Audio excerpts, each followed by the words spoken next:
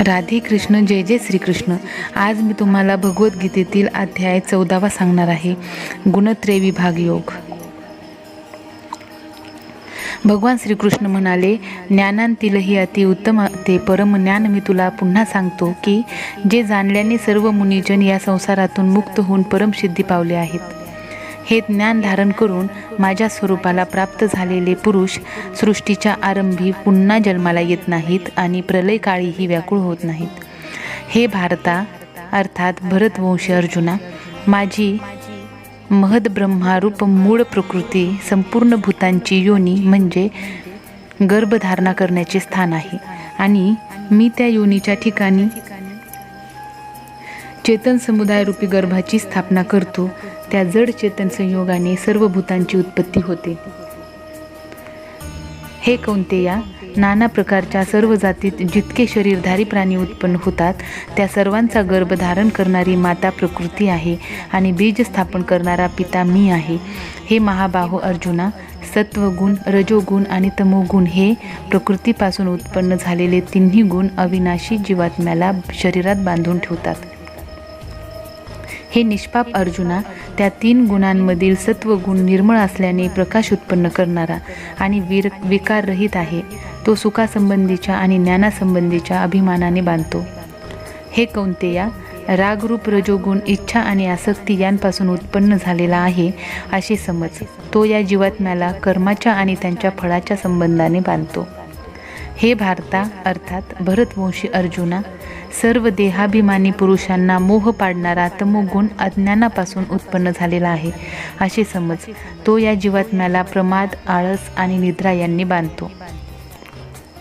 हे भारता, सत्वगुण सुखाला, रजोगुण कर्माला आणि तमोगुण ज्ञानाला झाकून प्रमाद करण्यालाही प्रवृत्त करतो.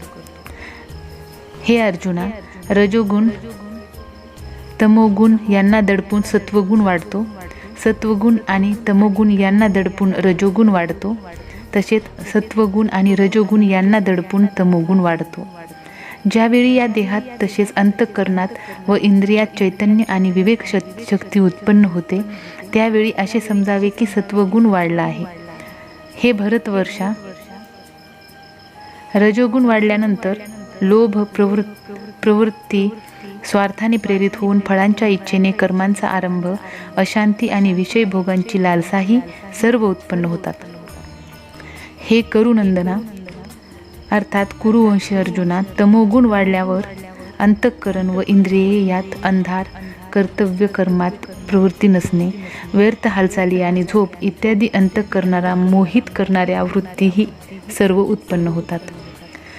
जेव्हा हा मनुष्य सत्वगुण वाढलेला असताना मरण पावतो तेव्हा तो उत्तम कर्मे करणाऱ्या निर्मळ दिव्य स्वर्गादी लोकात जातो. रजोगुण वाढलेला असता मरण पावल्यास कर्मांची आसक्ती असणाऱ्या मनुष्यात जन्मतो. तसेच तमोगुण वाढला असता मेलेला माणूस किडा, पशु, पक्षी इत्यादी मूढ जातीत जन्मतो.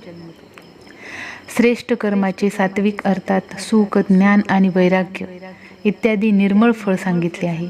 राजस कर्माचे फळ दुःख तसेच तामस कर्माचे फळ अज्ञान सांगितले आहे. सत्वगुणापासून ज्ञान उत्पन्न होते, रजोगुणापासून निसंशयपणे लोभ आणि तमोगुणापासून प्रमाद आणि मोह उत्पन्न होतात आणि अज्ञानही उत्पन्न होते.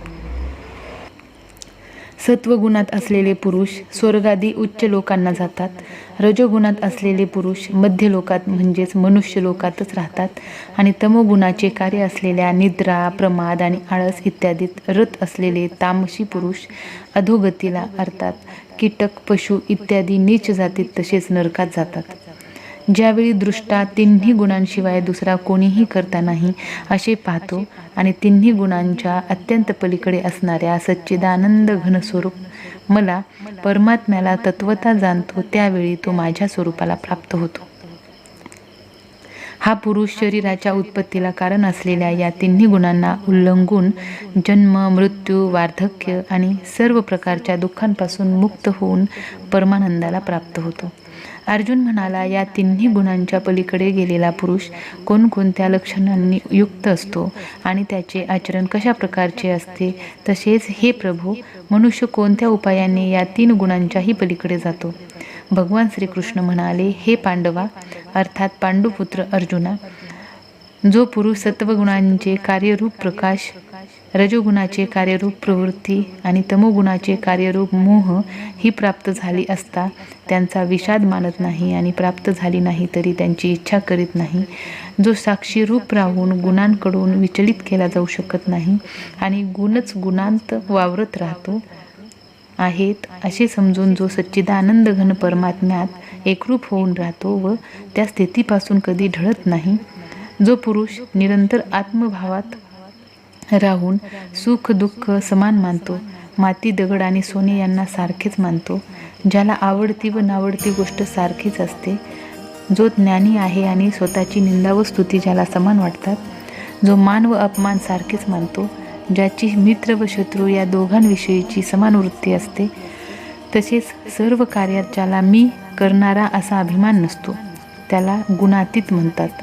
आणि जो पुरुष अव्यभिचारी भक्तियोगाने मला निरंतर भजतो तो सुद्धा या तिन्ही गुणांचा पूर्णपणे उल्लंघून सच्चिदानंद घन ब्रह्माला प्राप्त होण्यास योग्य ठरतो, कारण त्या अविनाशी परब्रह्मांचा अमृताचा नित्यधर्माचा आणि अखंड एकरस आनंदाचा आश्रय मी आहे. या ठिकाणी भगवद्गीतेतील अध्याय 14वा संपला. 15वा अध्याय ऐकण्यासाठी माझ्या चॅनलवर जर नवीन असाल तर चॅनलला सबस्क्राईब करा. कमेंट बॉक्समध्ये जाऊन राधे कृष्ण जय जय श्रीकृष्ण लिहायला विसरू नका. परत भेटूया अध्याय 15 घेऊन. तोपर्यंत राधे कृष्ण जय जय श्रीकृष्ण. खुश राहा, आनंदी राहा.